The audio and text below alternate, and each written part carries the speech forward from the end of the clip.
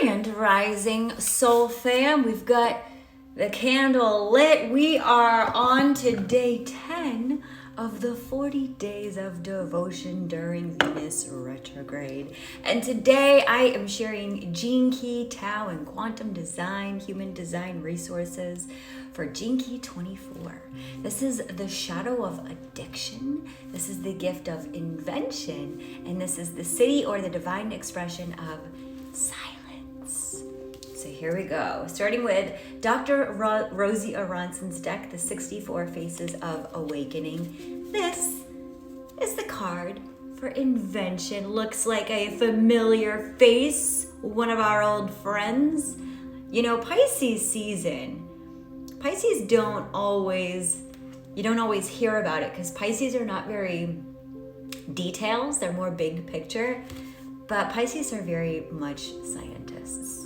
So let's check out what it has to say. It starts with a Richard Rudd quote that says, "The 24th gift is truly magical and contains the secret to genius. Genius is far more than lateral thinking. It's the ability to make quantum leaps." We got lunar eclipse season upon us. We got the equinox coming up. We got all kinds of reason for miracles and quantum leaps. My wisdom story. I was a sensitive boy with an insatiably curious mind. With a deep love of logic and learning, my parents encouraged me to study everything from math to chemistry to astrophysics. My unusual gifts for predicting patterns and solving problems were discovered by my professors and eventually the world. By the time I was a young adult, many people counted on my mind to answer some of the most difficult questions about our shared future. As the pressure amped up, there was less room for error, for feelings, for free time, or for the present moment. Once I was working on a problem and my mind spun round and round. My body got tight and I started to panic.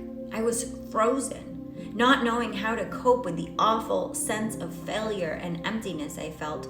I grabbed a glass of wine, which helped my mind and body to relax. And mysteriously, the breakthrough I'd been waiting for spontaneously appeared. After that, anytime I couldn't solve a problem or felt anxious, I drank. The bigger the problem, the more I drank. It took a deep depression and several crises for me to recognize my addiction and accept the truth. There was no escape, nowhere to go. Nothing in the outside world could ever end the pain, anxiety, and emptiness I was so desperately trying to avoid. So, I turned the intelligence of my mind inward. I used my mind to watch itself. And I got so good at recognizing its patterns and repetitive loops that just naturally they began to loosen their hold. Whenever I bumped up against my ignorance, suffering, or an unknown, instead of pushing against it or numbing out, I dropped it.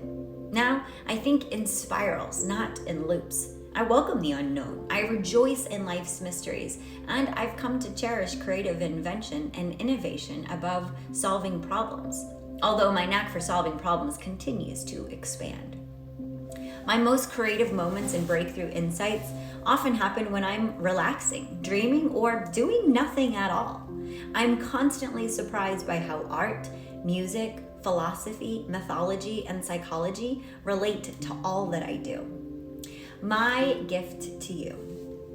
I'm here to tell you that addiction is not only about what you do, but how you think. And especially how you think during those moments in your life where you bump against the unknown, your own ignorance, a deafening silence, and an inner emptiness. There are whole worlds of possibility in the space between thoughts, sounds, even between your impulses and cravings. One of the most difficult yet most rewarding things you can do in life is to embrace those gaps in your awareness. Don't push your anxiety away. Don't fill in those holes. As you make peace with emptiness and befriend uncertainty, your talent for invention, creative thinking, and living will flourish. Questions for contemplation. How do you cope with moments of emptiness or anxiety? What role has addiction played in your life? Have you used substances, behaviors, or activities to numb yourself or fill a hole? I have. I will be 4 years sober in July. Today, pay attention to an arising feeling of emptiness. Before reaching for that cookie, cup of coffee, glass of beer, or the television remote, phone, or computer, take a 3-minute pause to just breathe and see what happens. Where in your life do you feel innovative? Is there something new that wants to be born in you? And lastly, find one simple way to cultivate more inner and outer silence in your life. That's another thing about Pisces. Oh, do we love the silence? There's just so much beauty in silence. And here's the thing. There is such a rich wealth of data in an exchange between people where there is silence, where you're practicing the pause. This is something that we do in our Gene Key calls, where we practice the pause. People have a share. Before running to fill the space, we allow the words to linger in the air and that space to gain momentum, so it becomes a living energy. There's a living, breathing soul in our oracling sessions together, in our roundtable discussions. And from that living energy, there becomes the divine channel. Each person is saying just the right thing to help digest and integrate these profound thoughts. So it's that silence that's so rich with data for our digestion, for our integration. This is not something that we get with AI. With AI, with technology, you have white noise. White noise is very, very different than silence. Out in nature, we have silence. In our computers, we have white noise. Maybe you can feel the difference. Maybe today you look to see if you can be curious about the difference. Maybe today you look for a silent moment to feel and hear the difference between white noise and silence. Sending you so much love. Namaste.